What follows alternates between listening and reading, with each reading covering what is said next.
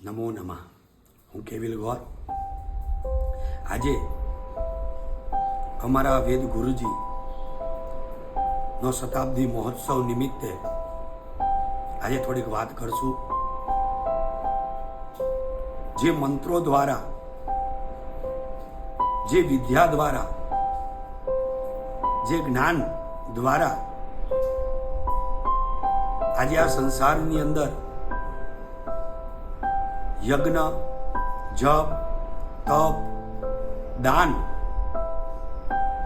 આજે બ્રાહ્મણો દ્વારા થાય છે, અને જે વેદ મંત્રોથી થાય છે, અને જે વેદ મંત્રો જેની પાસે અમે શીખ્યા છે એવા વેદ ગુરુજી શાંતિલાલ ગુરુજીનો આજે શતાબ્દી મહોત્સવ એ નિમિત્તે જે પ્રકારે એ વેદ ગુરુજીએ અમને મંત્રો શીખવ્યા છે એ જ મંત્રો દ્વારા આજે સર્વ યજમાનોનું કલ્યાણ થાય છે, કાર્યો સિદ્ધ થાય છે. તો એવા વેદ ગુરુજીનો આજે શતાબ્દી મહોત્સવ છે. આથી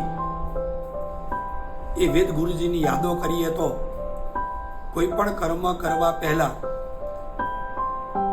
જ્યારે અમો હરિ ઓમ એવો શબ્દ બોલીએ એટલે અમને પહેલા અમારા ગુરુજીનું સ્મરણ થાય છે, એમની યાદ આવે છે.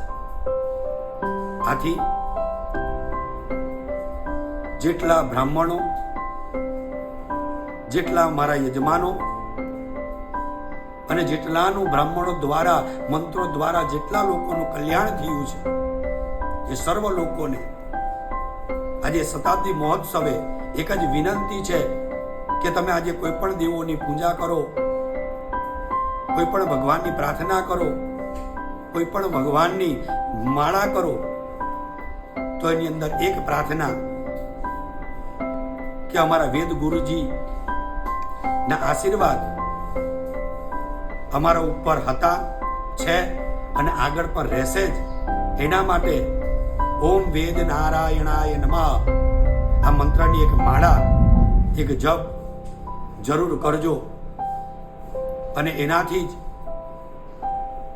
અમારા દ્વારા, એ આશીર્વાદ દ્વારા આપ સૌનું કલ્યાણ થાય. એના માટે આટલું કામ જરૂર કરજો, અને શતાબ્દી મહોત્સવને આપ સૌ ઉજવજો.